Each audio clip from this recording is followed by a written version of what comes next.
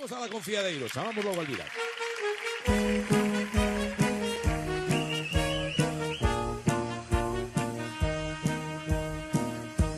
Iba yo paseando, vidrieras mirando y mientras soñando cuando te vi. Tú estabas en pose un poco filmando, parada en la puerta de la boutique. Yo me fui acercando, tal vez palpitando lo que sentiría cerca de ti.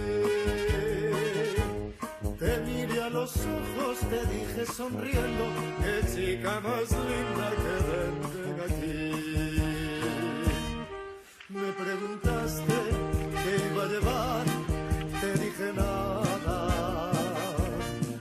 Yo solo quiero mirarla a usted sin molestarla. Mas si pudiera, intentaría a usted comprarla.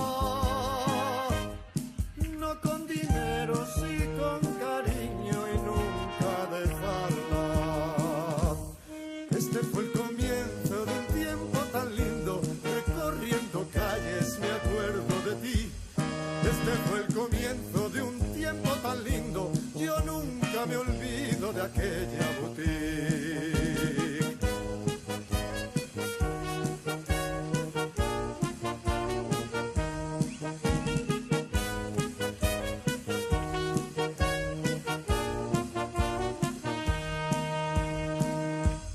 Iba yo paseando, vidrieras mirando y mientras soñando cuando te ve.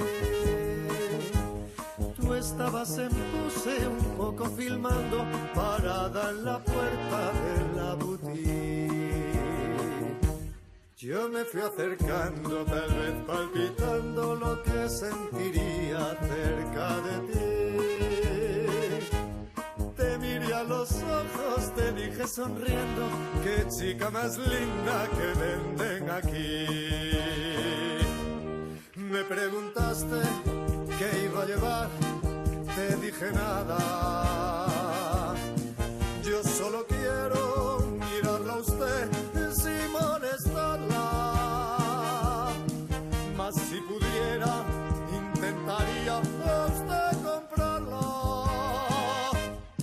No con dinero, sí con cariño y nunca dejarla.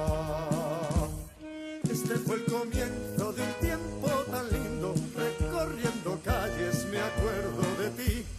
Este fue el comienzo de un tiempo tan lindo, yo nunca me olvido de aquella boutique. Yo nunca me olvido de aquella boutique. Yo nunca me olvido de aquella boutique.